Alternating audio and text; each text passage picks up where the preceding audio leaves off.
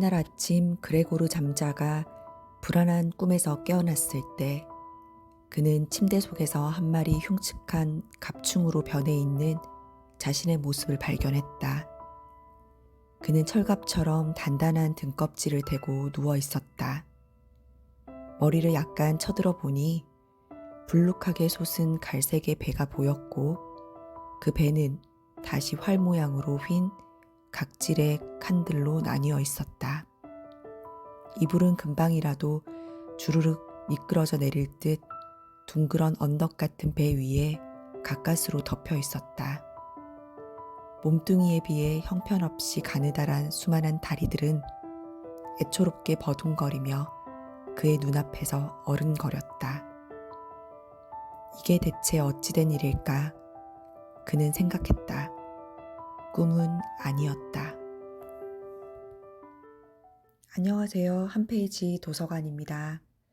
오늘은 프란츠 카프카의 변신의 첫 문장으로 시작을 해보았습니다.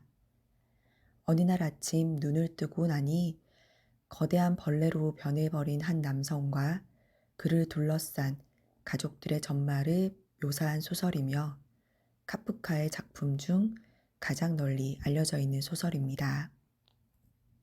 세일즈맨 그레고르 잠자는 어느 날 아침 눈을 뜨자 자신의 몸이 이상하게 변해 있는 것을 발견합니다. 자신의 몸이 어느 사이에 무수한 다리를 지닌 한 마리 커다란 벌레로 바뀌어 있었습니다. 이게 어찌된 일일까 하고 생각해 보았지만 분명히 꿈은 아니었습니다.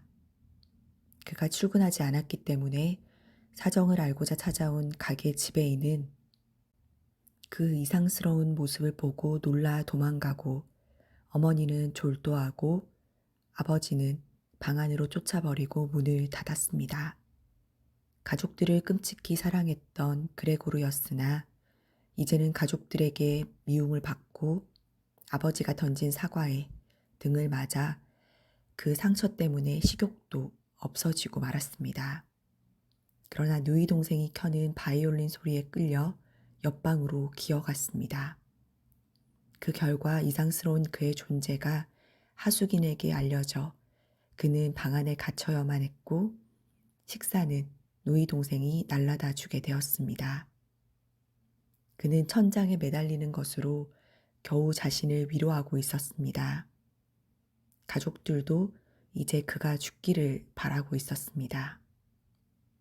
상처가 더욱 악화된 것과 이제는 죽어야겠다고 생각한 어느 이른 아침 종탑에서 울리는 종소리를 들으며 조용히 죽어갑니다. 가족들은 안도의 한숨을 쉬며 하나님께 감사하며 오랜만에 화사한 봄볕을 맞으며 교회로 소풍을 나갑니다. 성숙한 딸의 몸짓을 보며 아버지는 이제 좋은 사윗감을 선택해야겠다고 생각하게 됩니다. 카프카는 인간 소외 문제에 민감하게 반응했고 자본주의 사회 속에서의 익명성에 가장 치열하게 저항한 작가였습니다. 특히 그의 작품 중 변신은 언제 어느 순간에 처할지 모르는 절망적인 세계 속에 유폐된 현대인의 생활을 벌레가 된 주인공을 통해 상징화해서 카프카 문학 중에서도 대표작으로 평가받고 있습니다. 이 책은 카프카의 고독의 3부작 중 하나입니다. 벌레가 되어버린 그레고르와는 달리 잔인하고 비정한 모습을 보이고 있는 이 소설의 마지막 문단으로 오늘의 책 소개는 마무리하겠습니다. 그들은 전차를 타고 교회로 나갔다. 그들이 탄 차량에는 오붓하게 그들 가족뿐이었는데 따스한 햇살이 차 안 곳곳을 밝게 비추어 주었다. 그들은 좌석에 편안히 등을 기대고 앞으로의 전망에 대해 이야기를 나누었다. 잘 생각해 보니 전망이 그리 어두운 것도 아니었다. 사실 지금까지는 서로 상세히 물어본 적이 없었지만 세 사람 모두 꽤 괜찮은 일을 얻은 데다 특히 앞으로는 전망이 밝은 편이었기 때문이다. 지금 당장 상황을 개선하기 위한 가장 좋은 방법은 두말할 것도 없이 집을 옮기는 일일 것이다. 이제 그들은 그레고르가 고른 지금의 집보다 더 작긴 해도 더 싸고 위치도 좋은, 대체적으로 보다 실용적인 집을 얻고자 했다.